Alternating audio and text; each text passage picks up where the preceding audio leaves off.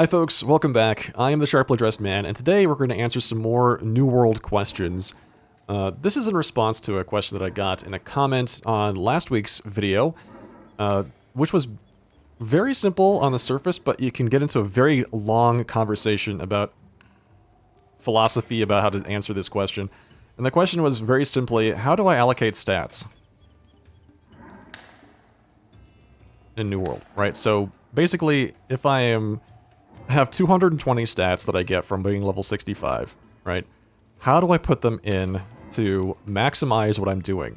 And rather than give a straightforward, like a very cut and dry response about how you should do this and give you like, these are the stats that you should have, I want to walk through the rationale about how to think about allocating stats in New World. Right, so how do we think about allocating stats? Alright, so there's a couple things that you need to, or I try to keep in mind when I'm allocating stats, and it basically boils down to three questions. What content will I be doing? What am I planning on doing with these stats? Am I doing M3s? Am I PvPing? Am I doing something else? How familiar am I with the content? Is this my first time stepping into, say, Savage Divide M3, for instance? In which case, the answer to this question might be different. We're going to talk about... The other thing to keep in mind is, how much Constitution... This is where I usually start. How much Constitution do I want for the content that I am targeting? What is my target HP? And what should it be? Right? And then finally... I think this is the most important one. Which attribute perks do I want? We'll talk about that one last. Because this one takes a lot of... you can really dig into this one. Which attribute perks do I want? And so for every 25, 50, 100, etc. Points that you apply to a stat, there is a different perk that is unlocked. And you might want to consider how that affects your build. Alright, so let's start with the first one. The answer to this question is going to vary greatly depending on who answers it. For me, we're going to go through one example build, and then that's all we're going to do for today. For me, it's pretty straightforward. I'm doing a Dex DPS. I do M3 content, right? And my familiarity with these dungeons varies. I've only been playing this game for 2.5, 3 months. But I can tell you one thing that's very consistent. M3 damage is very, very high. It is currently higher, I would say more difficult than any of the M10 content that I did previously. So, expect lots and lots of damage from M3s and plan accordingly. How much Constitution do I want for the content that I'm doing? Okay, so this is again, a question that's going to differ depending on who answers it. For me, this is what I usually go through for my mental model. I want at least 5 digits of HP. And I want to target between 10 and 11k HP. That's what it feels comfortable for me. That usually gives me enough time to take like a hit, maybe one hit, respond with a potion, usually like, drink a regeneration potion if I need to, stabilize myself, gives the healer enough time to respond and heal me, or I can stand and wait for my HP to tick back up if I'm standing in sacred ground, for instance. This allows me to survive basically one hit.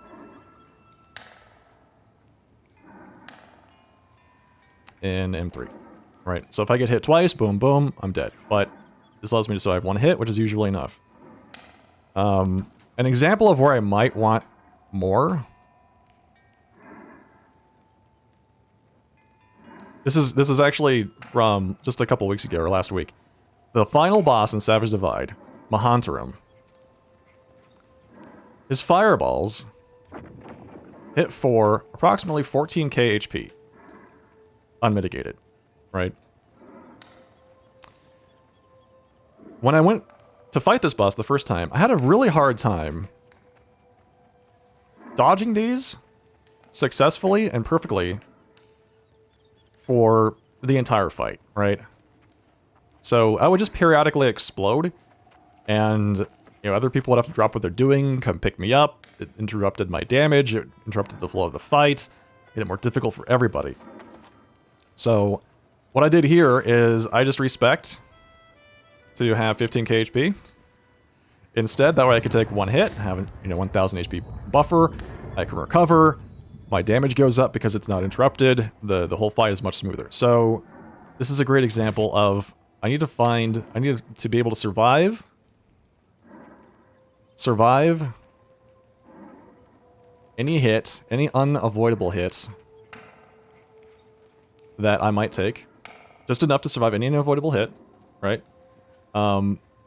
And give me enough comfort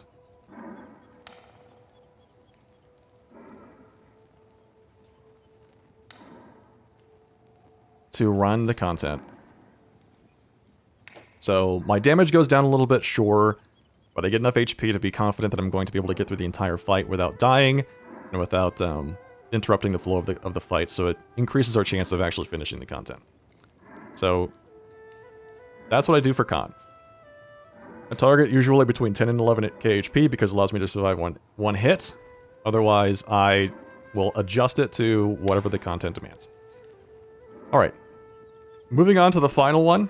Which attribute perks do I want? Okay, so for me, this is, again, keep in mind, this is we're targeting a con bow build, right? Or, sorry, dex bow build. This is a dex-based bow build.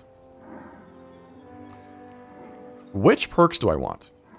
So, if you haven't had a chance to look at these perks, there's a lot of them. There's a ton of them, right? So, I'm not going to go over them all. I'm just going to talk about the ones that I think are important for a bow build, and those are the 25 strength perk. This is increased light attack damage. As a bow, you're light attacking all the time, so increased light attack damage is basically a flat increase in damage for all of your bow attacks. The 100 strength perk, which is 10% increased physical damage. This is a trade-off. I'll talk about why I value this one more highly in just a second. But I think that's really important to target.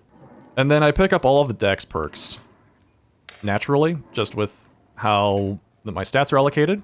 I just get all of them. There's a lot of really good ones. I'm not going to go into those. And then the next one that I target is the 50 int perk, which is 5% increased damage to targets with a damage over time effect.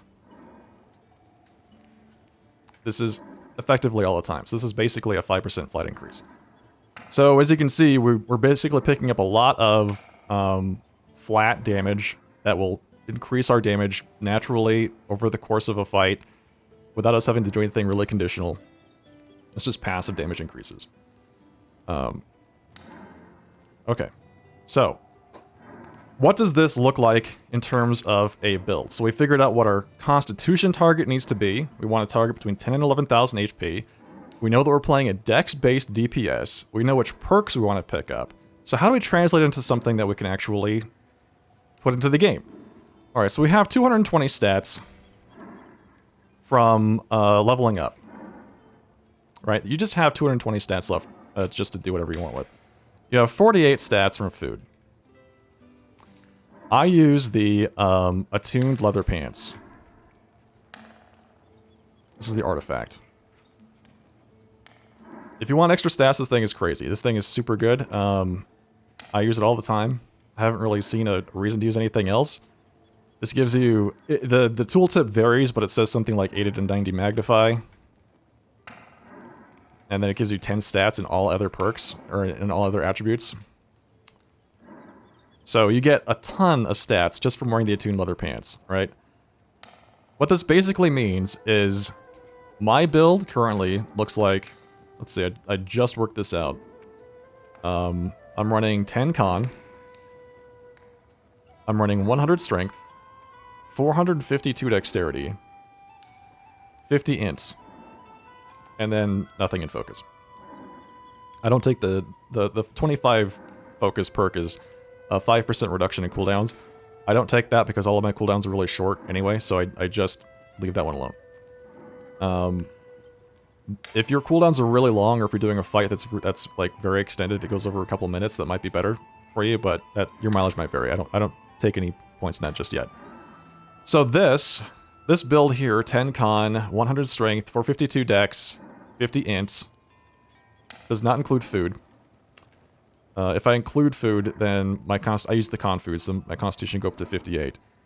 This gives me a 7,000 damage, a greater than 7,000 damage headshot.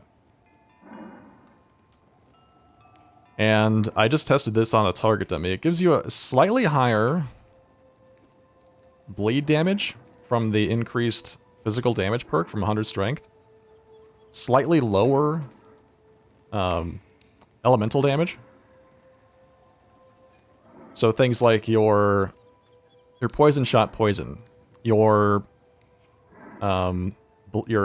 fire dot from your exploding arrow, those will all be slightly lower. Your arcane tick from Life Taker, those will all be slightly lower, but your light attacks, your actual arrow hits, and your bleeds will be much higher. And those also have much higher uptime.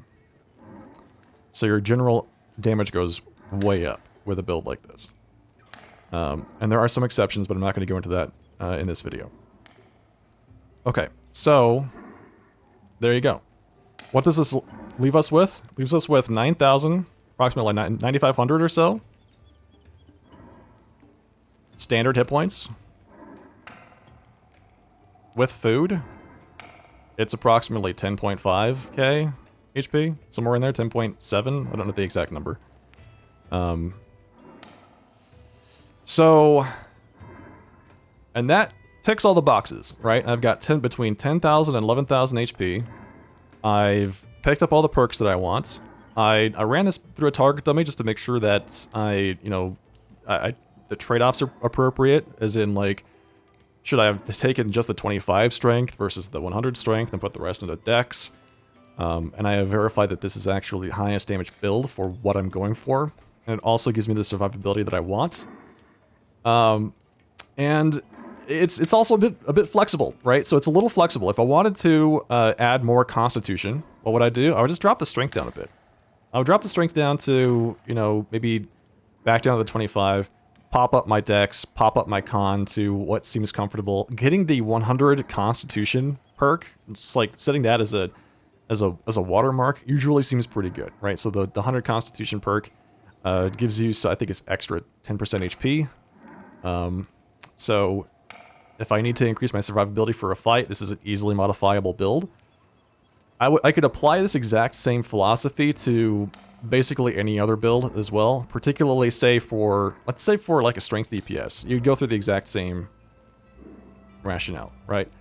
How much constitution do I want to survive the hits that I need to take, that I can't avoid?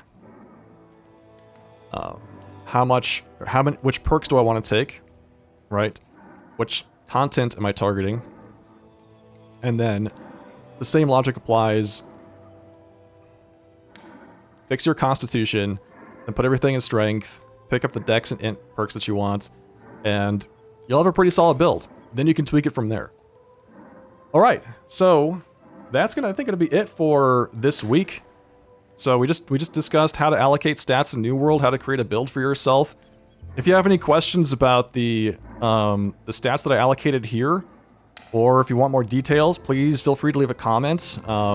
Again, I do this on a weekly basis. I might be more inclined to do this on a more frequent basis, depending on how popular these videos are. So please leave a comment, leave a like, click the subscribe button. I'd love to see you back here next time. Thank you very much, folks. Once again, take care. See ya.